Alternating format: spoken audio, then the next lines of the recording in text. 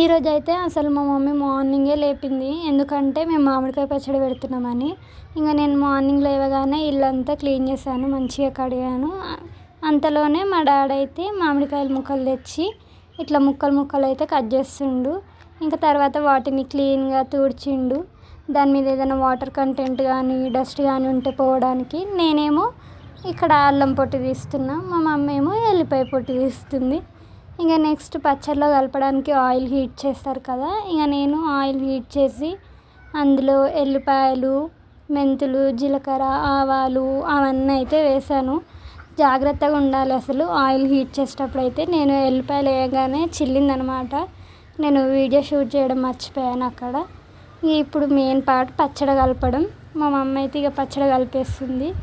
First మామిడికాయ ముక్కలన్నీ వేసుకొని అందులో ఉప్పు, కారం, ఆవాలు, జీలకర్ర, మెంతులు అవన్నీ అయితే వేసి మంచిగా నేను హీట్ చేసిన ఆయిల్ అయితే వేసి మంచిగా కలిపేసింది. చూడండి అసలు చూస్తుంటేనే మస్తు నోరు ఊరుతుంది, కానీ అప్పుడే తినొద్దంట. ఒక 2-3 డేస్ ఆ పచ్చడి నూరనివ్వాలంట, మంచిగా ముక్కకి ఉప్పు కారం పట్టే వరకు. అంతవరకు ఈ దెబ్బ తట్టల్లో ఉంచుతుంది మా మమ్మీ అయితే. ఇక 2-3 డేస్ ఎప్పుడైనా ప్రతి ఇయర్.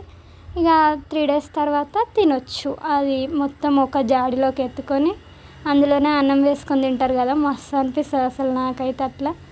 ఇంతకు మీరు ఈ సమ్మర్లో మామిడికాయ పచ్చడి పెట్టుకున్నారా లేదా అనేది అయితే కామెంట్ చేయండి.